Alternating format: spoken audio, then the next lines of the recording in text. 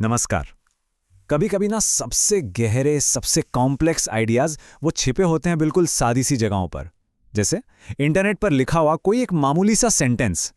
आज हम बिल्कुल ऐसे ही एक वाक्य के पीछे के राज को खोलने वाले हैं। तो ये जो सेंटेंस है हम इसे परत दर परत खोलेंगे।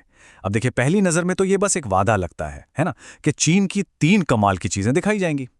लेकिन क्या बात सिर्फ इतनी ही है?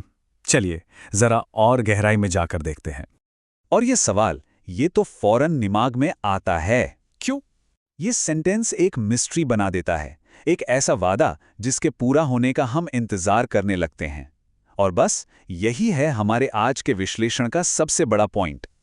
लेकिन उस रहस्य को सुलझाने से पहले हमें ये देखना होगा कि आखिर ये वादा किया कैसे जा रहा है, क्योंकि पहला सुराग वो तो भाषा में ही छिपा है। अब यहां पर एक बहुत मजेदार बात है। अगर ध्यान दें तो ये जो ओरिजिनल टेक्स्ट है ये ना तो पूरी तरह से हिंदी है और ना ही पूरी तरह से इंग्लिश, बल्कि ये दोनों का एक कह सकते हैं बहुत सोचा समझा और पावरफुल मिक्सचर है। और इसी भाषा को हम कहते हैं इंग्लिश। ये कोई ग्रामर की गलती नहीं है, नहीं, ये तो असल में बातचीत का एक बहुत ही असरदार तरीका है जो लाखों करोड़ों लोगों को आपस में जोड़ता है।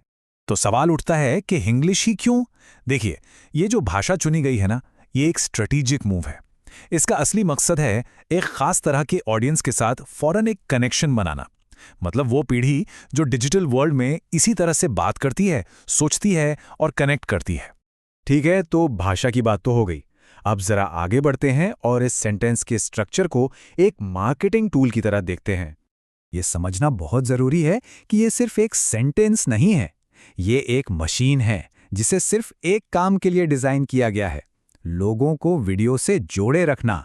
इसके हर हिस्से का एक खास काम है, कुछ भी फालतू नहीं है।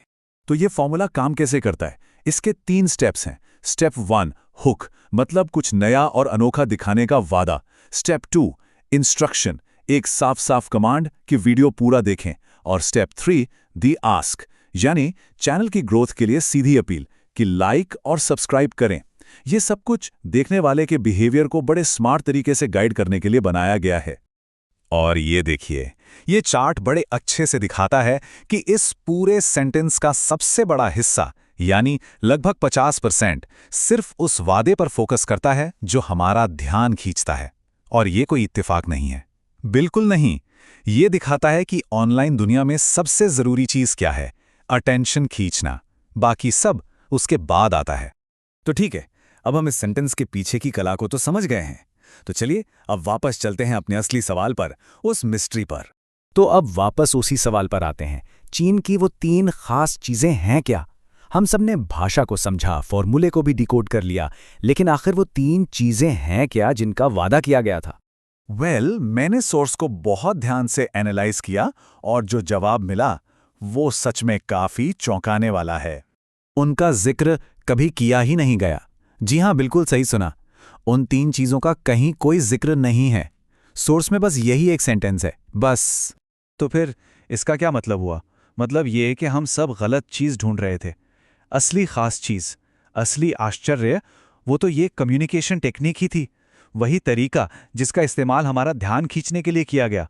वो जो 3 खास चीजें थी ना, वो सिर्फ एक टूल था, एक मैकगफिन जैसा फिल्मों में होता है, ताकि हमारा सारा ध्यान उस सेंटेंस पे ही बना रहे।